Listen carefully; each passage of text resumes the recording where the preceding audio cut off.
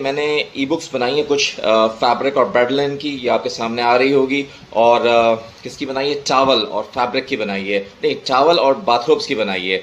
ये बड़ी ज़बरदस्त ई बुक्स हैं, इसके अंदर सारे कॉन्सेप्ट्स बताए गए हैं। इसमें वार, prefs and specs, perfect cost, sizing cost, फलाना ढिमाका, पीस लेंथ और ये और बेडिंग के सारे कंजम्पशंस वगैरह। और नॉट ओनली दिस, इसके अंदर सिर्फ रिटन ट्यूटोरियल्स नहीं है बल्कि हर के अंदर देखें वीडियोस चल रही हैं, वीडियोस भी हैं। हर चैप्टर 10-12 चैप्टर्स हैं, सब के अंदर वीडियोस हैं। हाँ जी, सब खुश हैं, खैरियत से हैं, ठीक ठाक हैं। बहुत दिनों से मैं एक कोर्स बनाना चाह रहा था थर्मोसोल के बारे में, टाइम ही नहीं मिल पा रहा था। एक तो इतना लंबा कोर्स होता है थर्मोसोल का। अच्छा देखो, ये कोर्स को समझने के लिए ना कि थर्मोसोल क्या है, ये जो इतनी बड़ी आपको डाइंग मशीन नज़र आ रही होगी, थर्मोसोल में बेसिकली कपड़े को डाई किया जाता है। यूजुअली ब्लेंडेड कपड़े को, जिसमें दो किस्म की टू पोर्शन डाइंग होती है। यूजुअली डिस्पर्स होती है फॉर पॉलिएस्टर और रिएक्टिव होती है फॉर कॉटन, ठीक है ना। ये एक मैंने हल्का सा तारुफ किया है, ज़रूरी नहीं है और भी किसी और भी डाइंग हो सकती है, लेकिन मैंने आपको एक बुनियादी चीज़ बताई है, डाइंग की मशीन है। लेकिन मैं जो आज आपको एक कॉन्सेप्ट बताना चाह रहा हूँ थर्मोसोल का, उसको आपको थोड़ा समझना पड़ेगा। देखो एक बात को समझो, अभी हमने 3 कोर्स किए थे डाइंग के। कौन से किए थे? जेट डाइंग, जिगर डाइंग और विंच डाइंग। तीनों में बेहतरीन डाइंग होती है और हर किस्म की डाइंग होती है, पिगमेंट, रिएक्टिव, वैट, इंडाथ्रेन और सारी तो डाइंग इसमें हो जाती है। तो फिर एक सवाल ये है, और वियान डाइंग भी किया था हमने, फिर एक सवाल ये है कि थर्मोसोल की इतनी लंबी मशीन, करोड़ों रुपए की, इसकी क्या ज़रूरत है? थर्मोसोल की मशीन का मैकेनिज्म मैं शायद आपको इतना ज़्यादा ना बताऊं, थोड़ा सा ज़रूर बताऊंगा, लेकिन थर्मोसोल की मशीन की ज़रूरत क्या है वो बताऊंगा। सबसे पहले तो आपको एक बात समझनी पड़ेगी विच इज़ वेरी इंपॉर्टेंट। हम लोग जो ये कोर्सेज कराते हैं, ये एक्सपोर्ट मार्केटिंग के हवाले से, मर्चेंडाइजिंग के हवाले से, प्रोडक्ट डेवलपमेंट के हवाले से होता है। इसका ताल्लुक कोई डाइंग के हवाले से या प्रिंटिंग के हवाले से नहीं होता, इसलिए हम टेक्निकलिटीज़ में नहीं जाएंगे। अगर आपको टेक्निकलिटीज़ में जाना है या समझना है तो national textile university Faisalabad, Karachi में टेक्सटाइल इंस्टीट्यूट ऑफ पाकिस्तान और बहुत से इदारे हैं जहाँ पे आप जाके सीख सकते हैं। हम जो बात कराएंगे या हम जो यहाँ पे कोर्सेज कराते हैं, उसका मकसद सिर्फ और सिर्फ ये होता है कि आपकी export marketing skills, merchandising skills, product development skills ये पॉलिश हो जाएं। तो भाई इसमें हमें ज़रूरत थोड़ी है कि हम मशीन के पुर्जे जाके देखें, हम तो एक ओवरऑल कॉम्बिनेशन लेंगे। अब सबसे पहला मेरा आप लोगों को कॉन्सेप्ट समझाना ये कि ये जो 3 डाइंग की मशीन है, जिगर डाइंग, जेट डाइंग और विंच डाइंग, जब डाइंग इस और यार्न डाइंग, जब डाइंग इस पे हो जाती है, then why do we need thermosol? सबसे इंपॉर्टेंट सवाल। देखो पहले इस कॉन्सेप्ट को समझो। ये जो मशीनें होती है ना, इनमें जो डाइंग होती है वो क्या होती है? इसमें लॉट्स, फैब्रिक की लॉट्स होती हैं, 1000 मीटर, 2000 मीटर, 500 मीटर, 3000 मीटर, अलग अलग मीटर हम इसमें डाई करते हैं एक वक्त में, क्योंकि इन मशीनों की कैपेसिटी ज़्यादा होती नहीं है। एक जिगर की है, जेट है, 2000 मीटर का जिगर, 2000 मीटर की उसमें है, या 2000 किलो की है, मिसाल दे रहा हूँ, 1000 किलो की है, 500 किलो की है, ये मीटर्स में लो तो 200 मीटर, 500 मीटर या 1000 मीटर। अब मसला क्या होता है कि जब मैंने एक शेड, फॉर एग्जांपल मैं मिसाल दे रहा हूँ, नेवी ब्लू है, एक नेवी ब्लू का शेड मैंने इसमें डाई किया। अब मैं जब दोबारा डाइंग पे डालता हूँ तो दोबारा वॉश करूँगा, दोबारा उसमें पानी डालूंगा, दोबारा डाइंग का पूरा स्ट्रक्चर करूँगा, तो शेड वेरिएशन आ सकता है 2000 मीटर और 2000 मीटर में। पहले 2000 मीटर और दूसरे 2000 मीटर में हल्का सा कलर नेवी का, मिसाल दे रहा हूँ, शेड वेरिएशन आ सकता है। यहाँ तक बात आपको समझ आई? शेड वेरी कहते हैं दूर हो जाना, यानी ओरिजिनल शेड से दूर हो जाएगा। तीसरा जो शेड 2000 मीटर का होगा वो और दूर हो जाएगा। तो अगर फर्ज करें 5 कपड़े हैं, 2000 मीटर की लौटें हैं, तो 5 अलग अलग शेड बन जाएंगे।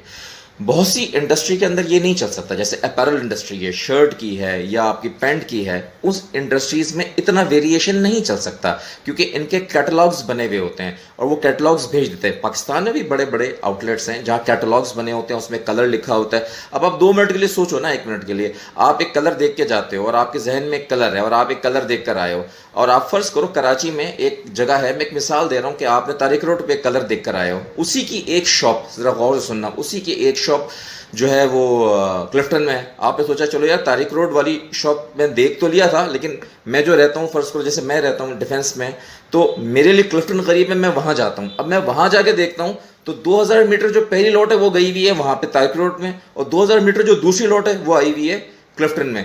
तो दोनों में तो वेरी हो रहा है ना कलर। मैं जो कलर देख के आया वो यहाँ अवेलेबल नहीं है। अच्छा और सुनो, इसी की एक ब्रांच फर्ज करो लाहौर के अंदर है, फर्ज करो मैं एम्पोरियम मॉल में, लेट्स सपोज, मेरा नाम ले लिया लेकिन एक बात बता रहा हूँ। अब वो तीसरी लॉट जो वहां गई हुई है वो उससे भी डिफरेंट है। तो आप खुद बताओ, मेरे लिए वो चीज़ काबिल कबूल नहीं होगी, डिफरेंट होगी कि तीन अलग अलग लॉट्स हो रही हैं। तो सबकी एक शेड आ जाए, एक शेड में लाने के लिए शेड एक हो, उसके लिए हम फिर एक बड़ी मशीन इस्तेमाल करते हैं, उसे कहते हैं थर्मोसोल। 5 मिनट लग गए कॉन्सेप्ट ऑफ थर्मोसोल बताने के लिए। अब मैं आपको थोड़ा थर्मोसोल बताता हूँ। थर्मोसोल एक बड़ी सी मशीन होती है और इसके अंदर सारे प्रोसेसेस हो जाते हैं, कोई ऐसा मसला नहीं है। अभी अच्छा, मैं फिर बता रहा हूँ, मैं टेक्निकलिटीज में नहीं जाऊंगा, मैं सिर्फ ऊपर ऊपर बताऊंगा। टेक्निकलिटीज लेनी है, टेक्निकलिटीज समझनी है, तो फिर आप किसी टेक्सटाइल इंजीनियर से रब्ता करें। मैं टेक्सटाइल इंजीनियर नहीं हूँ। अच्छा जी, अब आ जाइए जल्दी से। देखो इसमें होता है क्या है, सबसे पहले फैब्रिक जो है इसमें इंसर्ट होता है, इनलेट होता है, जाता है, ठीक है ना। उसके बाद अगर मैं गलत नहीं हूं तो चूंकि ये मर्सराइजिंग से बाहर आता है तो फैब्रिक गर्म गर्म होता है, तो डायरेक्टली अगर डाइंग की तरफ चला जाए तो वो डाइंग के शेड को खराब कर सकता है, क्योंकि गर्म होता है ना। तो इसको अगर मैं गलत नहीं हूं तो कूलिंग रोलर्स के ऊपर से गुजारा जाता है, जहां इस फैब्रिक को थोड़ा ठंडा किया जाता है, ठीक है ना। इस तरह से आप देख लो। उसके बाद एक डाइंग का टैंक होता है जहां पे डाइज सारी डाली जाती हैं। डाई टैंक क्या होता है इसको जरा समझ लो। डाइंग के टैंक में डाइज नहीं बनाई जाती, कि अगर आप समझ रहे हो कि डाइंग के टैंक के अंदर डाइज बनाई जाती हैं, ऐसा नहीं है। डाइज बाहर बनाई जाती हैं।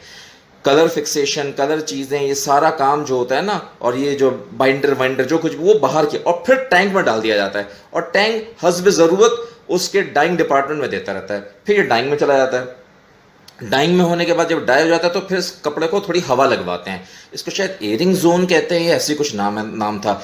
टेक्सटाइल इंजीनियर्स मुझे नहीं पकड़ना, मैं फिर बता रहा हूँ, मैं टेक्सटाइल इंजीनियर नहीं हूँ, जितना तजुर्बा है मैं उससे बता रहा हूँ, ठीक है ना। ये टेक्सटाइल इंजीनियर्स पूरी उल्टी सीधी बातें करते हैं ना, दिल दुखता है यार। अच्छा, उसके बाद वो शायद एयरिंग जोन में आता है जहाँ पे थोड़ी हवा लगती है। उसके बाद